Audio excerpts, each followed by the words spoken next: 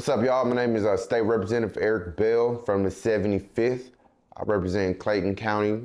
The cities are Jonesboro, a little bit of Riverdale, and a little bit of Morrow.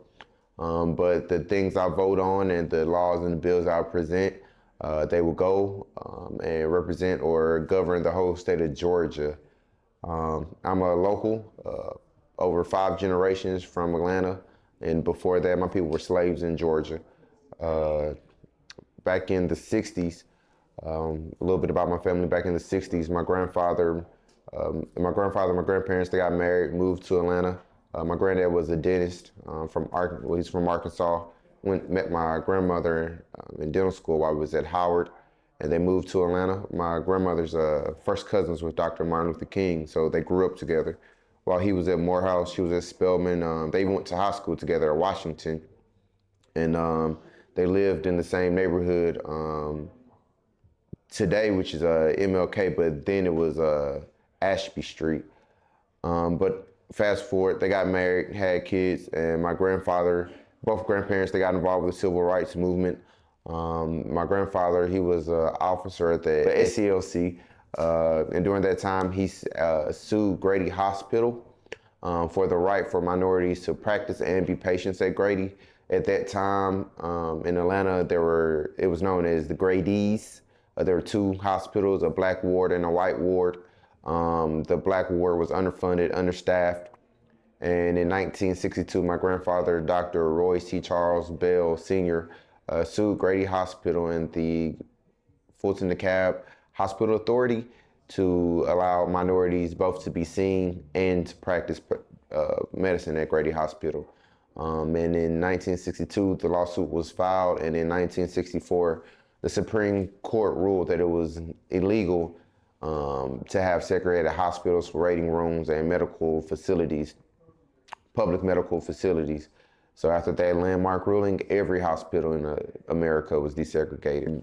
But growing up, honestly, I really didn't know much about that. I always figured all black people was involved in the civil rights movement.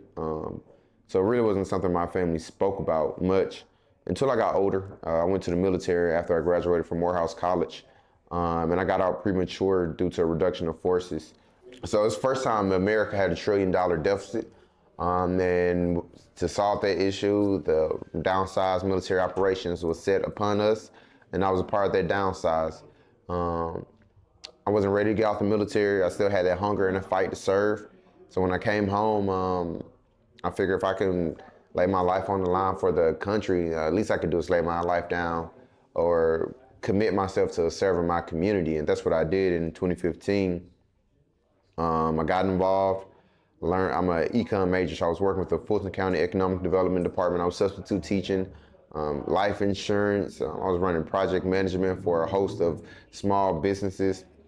And I kind of found myself really in the advocacy space, finding cheer, joy, and fulfillment doing volunteering, doing voter registrations, working with mentoring groups, feeding the homeless, cleaning up the neighborhood, organizing different events, demonstrations to spread awareness and representation. And I just kept finding myself in these spaces and trying to work with different elected officials to pass laws or to do the just thing, to change and to help the protest or to help end the protest by changing legislation to get done. But I kept coming into that same wall of political inability or a lack of political willingness. So that year in 2016, I ran for county commission, and I lost. But I was in a runoff. It was a competition. It was a race of 9 people, and I just never stopped. Once I lost, it kind of doubled down on my aspirations, and when I doubled down and said, well, I don't need the office to do good. So I stayed in contact with the community, whether that's, again, organizing, demonstrating, protesting, volunteering, until my current election in 2023 for House District 75. So I really wanted to make change and impact the community.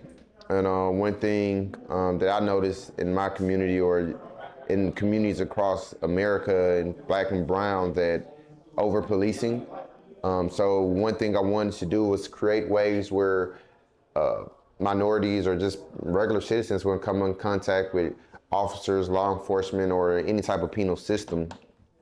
So one of the bills I will be passing is more of an education bill and along the lines of decriminalization of marijuana.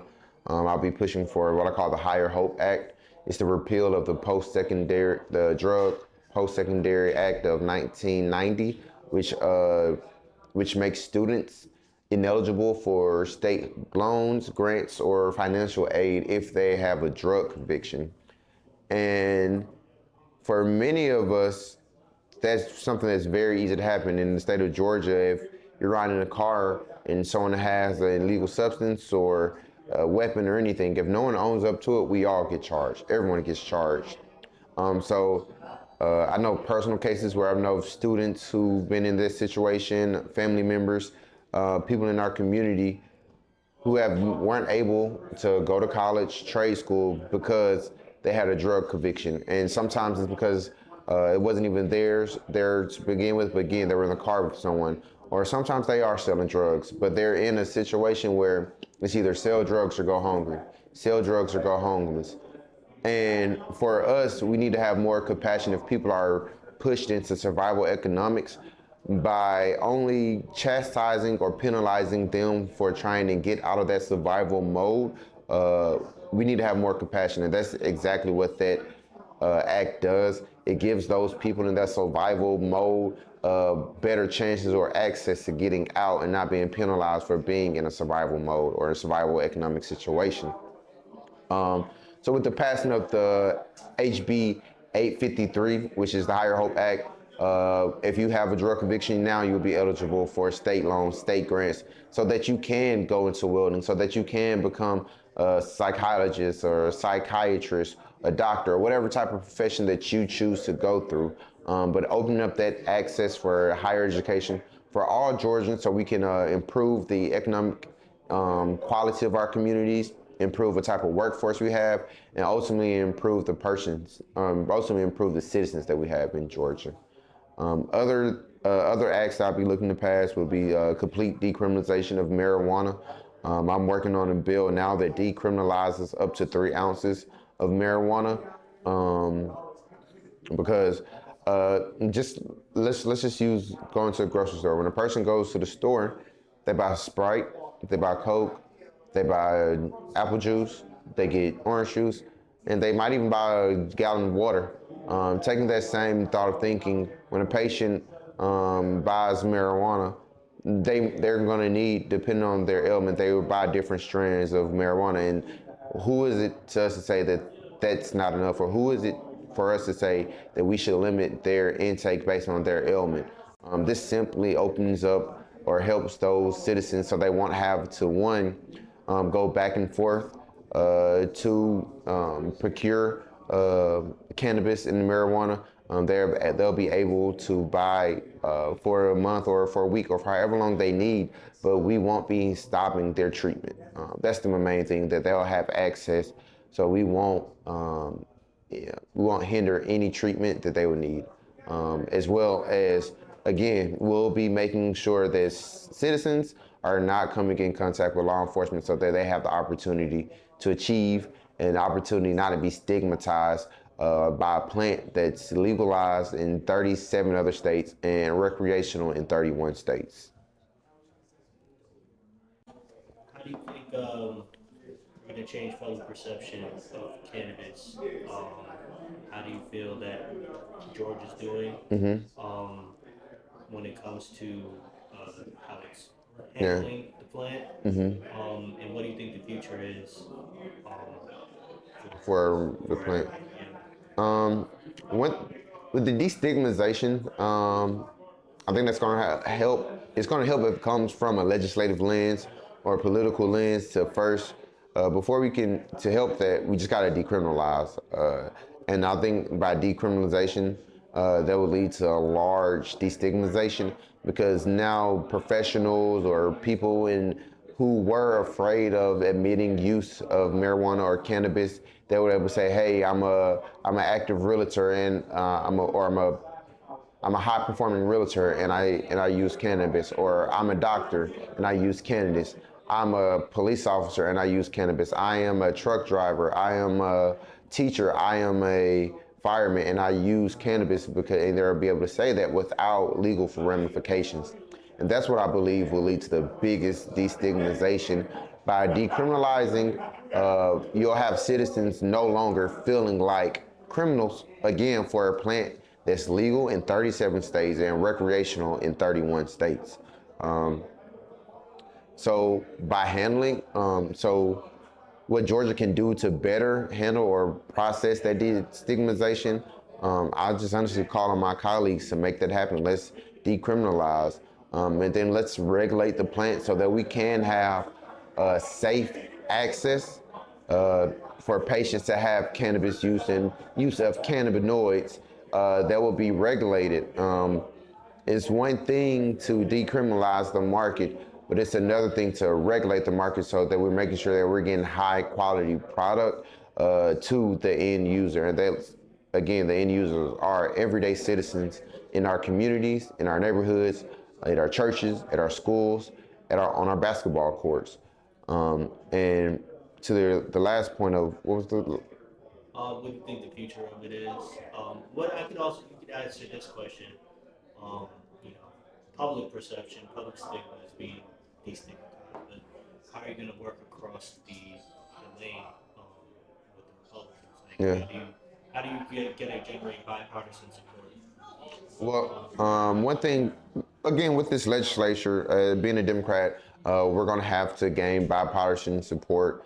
And to be quite frankly, Republicans in the legislature prior to me, they led the charge on medical marijuana. They led the charge on decriminalization. Representative Alan Peake, who's no longer a state rep, he was I will say one of the fathers of decriminalization and medicinal marijuana in the state of Georgia. And some of his colleagues are still in the House.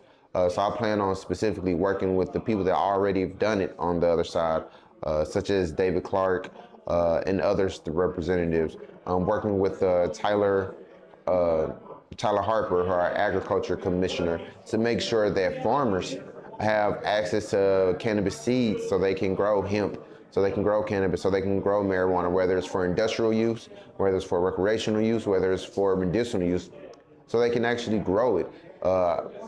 Colorado was one of the few states that didn't have or experienced a recession during this economic downturn, and this contribute to over $700 million in tax revenue from the production and sales of recreational marijuana.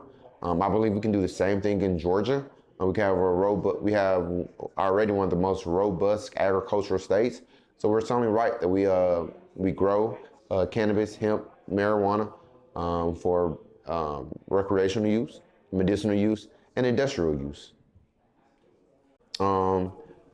One thing that will help is for everyday citizens to write your state legislators, your state senator, and make sure that they know how you feel, and that regardless if you're a patient or not, that you feel that people who have ailments or who are suffering have access to life-changing medicine, to life-changing remedies, to improve the quality of life for their caretakers and themselves, to improve the quality of life for their families and their communities.